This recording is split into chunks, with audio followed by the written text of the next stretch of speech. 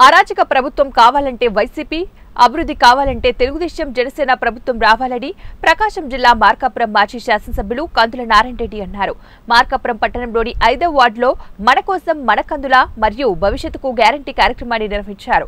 ఈ సందర్భంగా నియోజకవర్గ క్లస్టర్ కొందుల రామిరెడ్డి మాట్లాడుతూ వచ్చే ఎన్నికలు అరాచకాలకి అభివృద్ధికి జరిగే ఎన్నికలని, వైసీపీ ప్రభుత్వంలో అరాచకాలు ఎక్కువయ్యాయని, మార్కాపురంలో పూర్తిగా డబ్బులతో ప్రజాస్వామ్యాన్ని కూడి చేస్తున్నారని, డబ్బు ప్రజాస్వామ్యానికి మరియు ప్రజాసేవకు కొలబద్ద కాదని అన్నారు.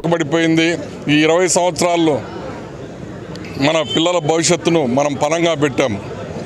కావాలని రేపు బీజేపీ సంకీర్ణ ప్రభుత్వంలో మనం చేరడానికి ముఖ్య కారణం ఏంటంటే రాష్ట్రాన్ని ఈ దుర్మార్గుడు అధోగతి పాలు చేసిన దాని నుంచి కాపాడుకోవడం కోసమే బీజేపీతో చేయగలపాల్సి వచ్చింది, కానీ వేరే అన్యదా ఇంకొక ఇది కాదు.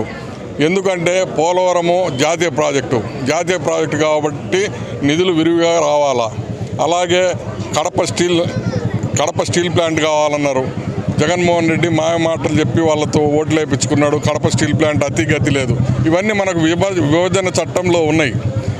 పోరాడి సాధించుకున్నటువంటి వైజాగ్ స్టీల్ ప్లాంట్ని జాతీయం చేసే ఉద్దేశంతో ఉన్నారు.